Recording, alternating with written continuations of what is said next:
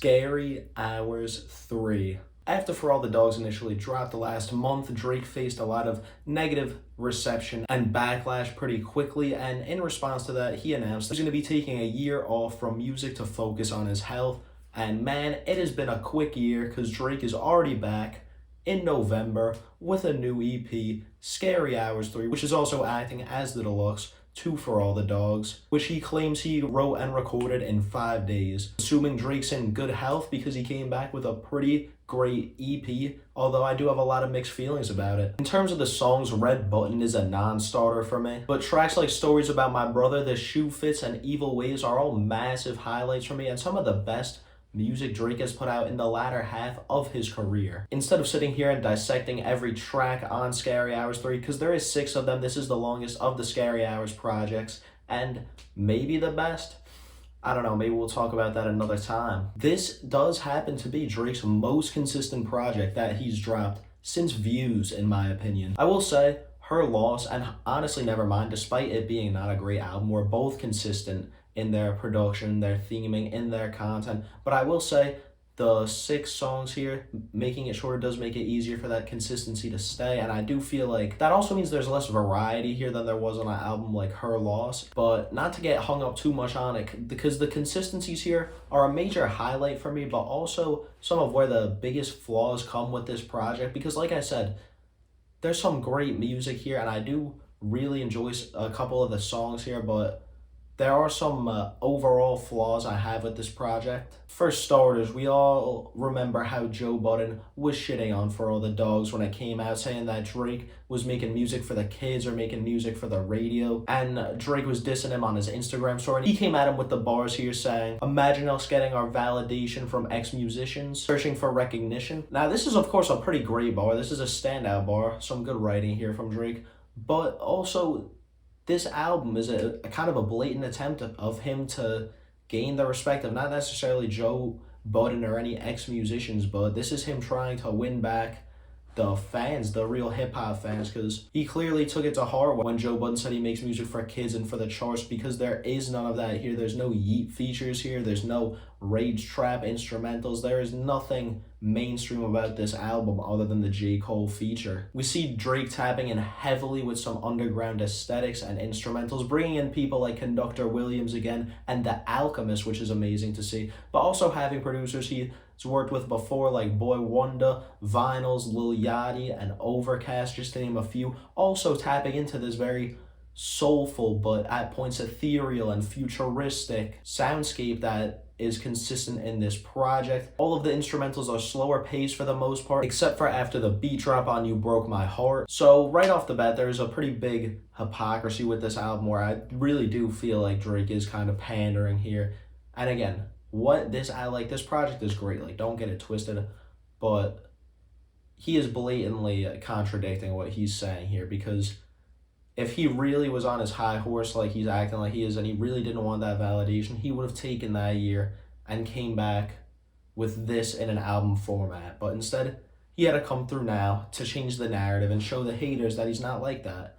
And, shout out to Drake, he could do whatever he wants. And again, throughout this album, Drake is on some, not necessarily like false prophet, but he's very big bro. The whole time he feels like he's speaking to you, giving you advice. He's giving you lessons he's learned from his life throughout this album, which again, with the pandering, it's the content matter he is giving you here, with his meditative flows as well, which again is seen on pretty much every track here. Drake giving you more calm, relaxed verses. Aside from dissing Joe Budden, we see Drake throwing petty subliminals at some familiar faces on the project again, as he seems to do every time he hops on a major feature or has a major project dropping. Rapping bars like joking about some tick-tick in reference to Pusha T's 2018 diss track, Story of a Didion. Pusha hasn't entertained the Drake beef in fucking years. I mean, this is clearly a dead thing, and what is Pusha gonna come back and wash him again? Also some sublims for Kanye and Push again. You guys wanted Jay Prince like some grape growers. Now I will say that's a fireball, I'm not gonna lie, that's one of Drake's best here.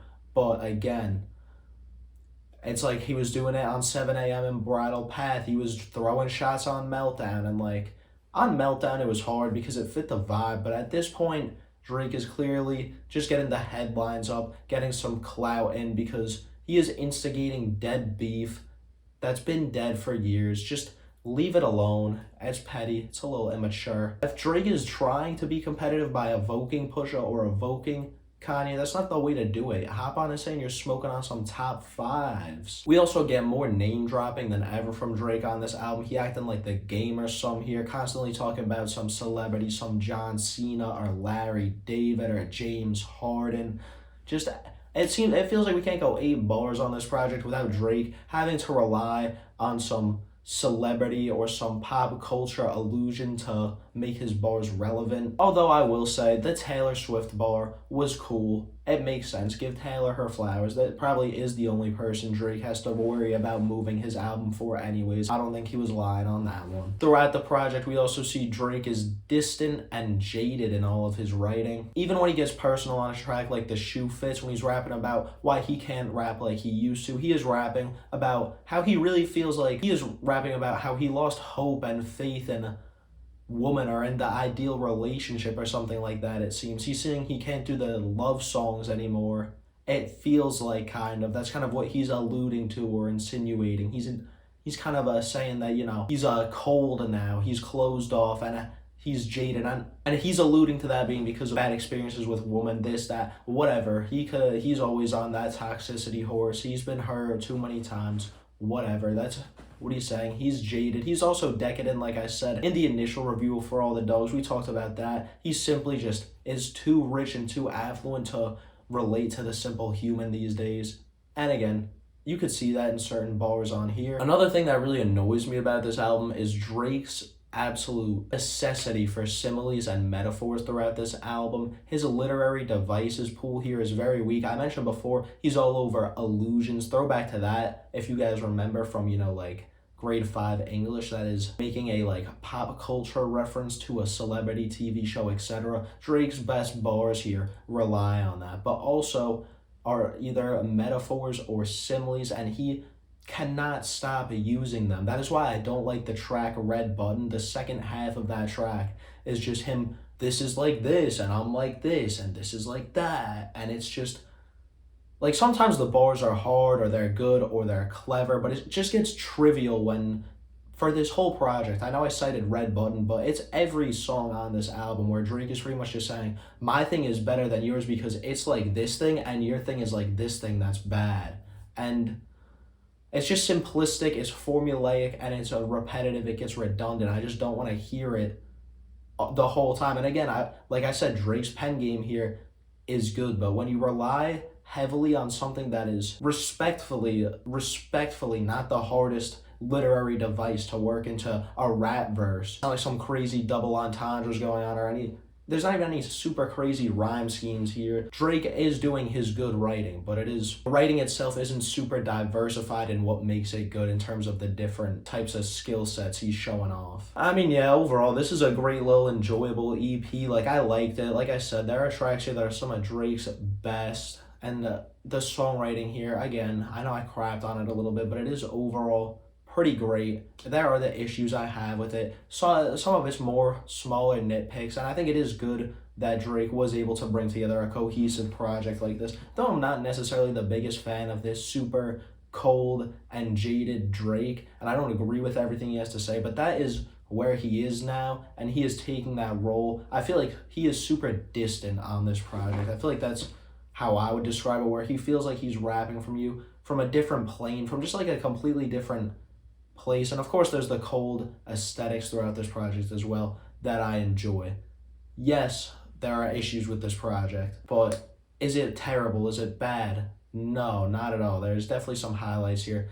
And shout out to Drake, because as much as I was crapping on him for, you know, coming back so quickly, it wouldn't be Drake if he didn't. Drake seems to be a pretty reactionary person, a pretty reactionary rapper as well. So to see him come through with this, and for him to deliver as well and change the narrative, of course everybody online is singing the praises of this song.